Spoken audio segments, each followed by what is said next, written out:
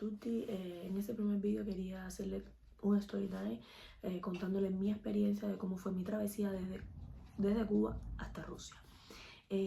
Antes de iniciar, quería comentarles y decirles que si van a hacer este tipo de viajes, por lo menos para venir para aquí, para Italia, siempre les recomiendo tener una persona que los esté esperando aquí, porque iniciar en este país estando de solo, es bien complicado. Esto es un país que no es como España, que al cubano le da los papeles fácilmente, ni se consigue trabajo fácilmente si no tienen los documentos.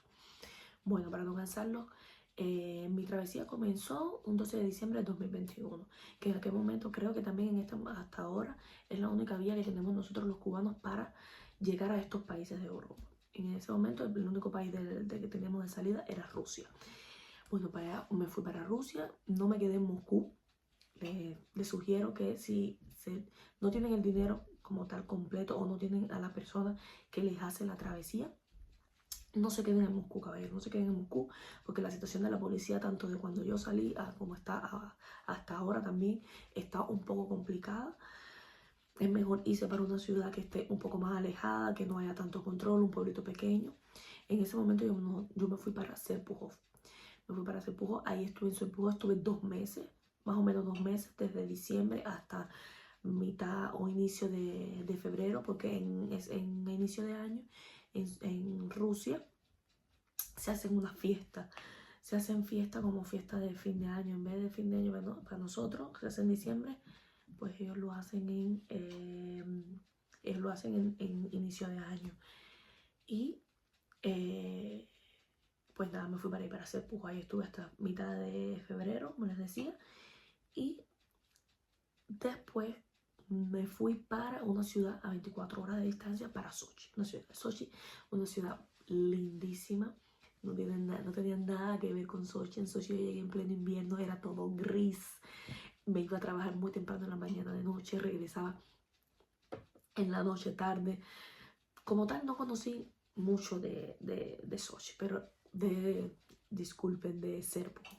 Pero una vez que llegué a Sochi, es una ciudad totalmente diferente. Había tanto verde, no nevaba como nevaba en Serpukhov, nevaba solamente en las zonas altas de la ciudad. Bueno, estuve ahí en Sochi.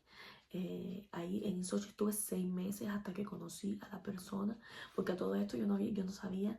Me fui para Rusia sin saber qué paso seguiría después. Pero bueno, gracias a Dios conocí a personas maravillosas que estuvieron conmigo todo el tiempo. Y una de ellas fue el muchacho que me ayudó a llegar hasta aquí, hasta mi destino final.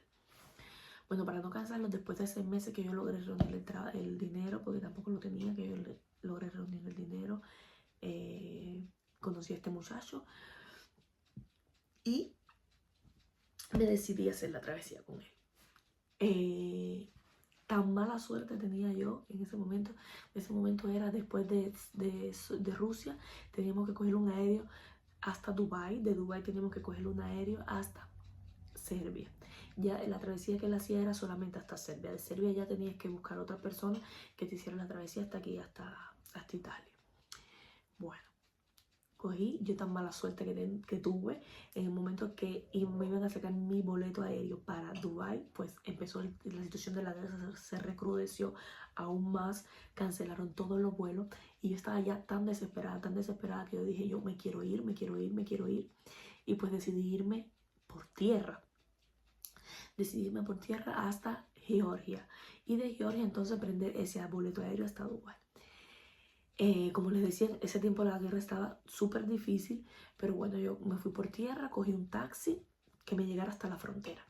Pero habían tanta gente saliendo de Rusia.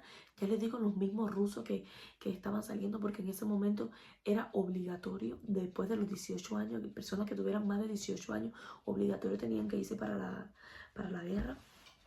Tantas personas estaban saliendo del país, familias y todo. Había un tráfico, pero un tráfico que el taxi no podía pasar a dejarme a mí en la frontera, y ya yo tenía el vuelo al otro día a las 5 de la mañana, no podía perder el vuelo. Pues lo que cogí mi mochila y me tocó caminar 20 kilómetros, caballero.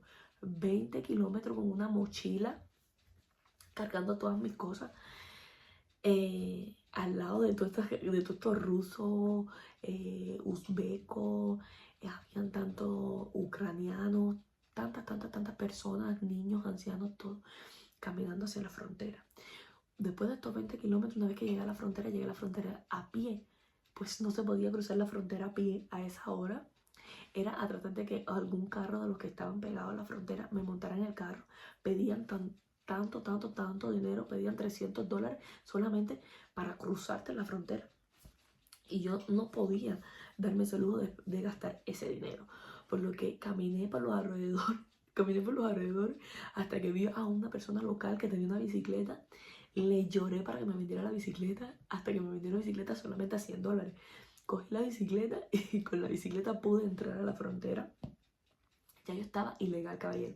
Ya yo estaba ilegal y antes de... en esa trayectoria hasta llegar a la frontera tuve que pasar como 2 controles fronterizos. Me paró la policía, me preguntaba que por qué estaba ilegal, que por qué bueno, yo un drama total a esa hora, yo llorando. Me quiero ir de este país, me quiero ir. Primero no me podía ir porque por el tema de la guerra, no me podía ir por el tema que no tenía dinero. Bueno, conclusión, cuando llegué a la frontera que tuve que pasar el control, me demoré ahí como media hora porque se cogieron mi pasaporte y decía que era la primera vez que veía a un cubano pasando una frontera a pie. Yo asustada pensando que me iban a mirar para atrás o que iba a perder el vuelo. Gracias a Dios, todas las personas que me atendieron en el transcurso de todo este recorrido, todos fueron hombres, caballero. Yo no sé por qué los hombres, cuando tienen estos cargos con nosotros las mujeres, son un poco más flexibles que las mismas mujeres. No lo sé por qué, pero bueno. Todos los que me atendieron fueron hombres y todos me ayudaron de una manera increíble. Una vez que pasé la frontera, era otro problema, porque desde que cruzabas la frontera, que ya estabas en la parte de Georgia, hasta llegar al aeropuerto de Georgia, eran como 2 horas de camino en máquina. Imagínense ustedes, las máquinas no pasaban, todas las máquinas que pasaban eran llenas. Una locura. Esa hora yo viendo cómo podía llegar al aeropuerto en tiempo. Hasta que vi una guagua, tipo una guagua chiquita, de ucraniano. A esa hora, yo hablando con estos ucranianos, a todas estas en un inglés machucado, porque yo ni inglés sé hablar, pero bueno, un inglés machucado, y por solamente $50 me llevaron hasta la frontera. Imagínense ustedes, después le iré poniendo fotos de todas estas cosas, de todo este recorrido. Imagínense ustedes, yo en una guagua llena de hombres ucranianos, y yo la única mujer. Estaba súper asustada, pero bueno, gracias a Dios todo salió súper bien. Ellos me llevaron hasta el aeropuerto y se quedaron ahí en el aeropuerto conmigo hasta que yo tuve que hacer el control para montar en el avión. Una vez que cogí el avión a todas estas, todavía en Rusia, Georgia, hacía frío. Yo estaba cubierta tantísimo de apertuto. Cuando cogí el avión que me llegó a Dubái, gracias a Dios llegué a Dubái, un calor horrible, horrible. Jamás había sentido un calor así en mi vida, y eso que vengo de Cuba, jamás. Llego a Dubái, en Dubái debí estar solamente 2 días.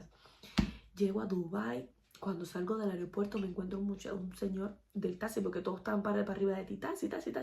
Me encuentro un señor que me dice el taxi y me dice que para llevarme a su casa, así no tengo que pagar el hotel. Yo asustadísima, pero bueno, yo ahorré dinero, perfecto. Me fui para su casa, sí me ahorré el dinero del hotel, me fui para su casa, con mucho respeto, gracias a Dios, mucho respeto. Ahí estuve ese día y al otro día tenía el vuelo para irme para Serbia. Yo llegué al aeropuerto de Dubái, el aeropuerto internacional, pero para salir de Dubái a Serbia tenía que irme por otro aeropuerto que queda un poco lejos del centro de la ciudad. Abu Dhabi, creo que era el aeropuerto de Abu Dhabi, creo, si no me equivoco, no recuerdo mal, creo que era el aeropuerto de Dubái. Era como 1 hora, creo, de la ciudad. Este mismo taxista, por otros 50 euros, me lleva hasta el aeropuerto. y me deja ahí y él se va. Cuando yo estoy haciendo el control, caballero, porque yo con mi mala suerte para todas partes, cuando yo estoy haciendo el control del avión, ¿qué pasó? Mi nombre no aparecía en la lista de pasajeros. A esa hora, no, que tú no puedes volar, que no puedes volar, que no puedes volar. Ya el muchacho del taxi se había ido, yo no tenía hotel porque ya me había quedado en su casa, no sabía qué hacer. A esa hora llamar al muchacho de la travesía diciendo que había pasado con el vuelo, y me dice que es que le habían cancelado el vuelo.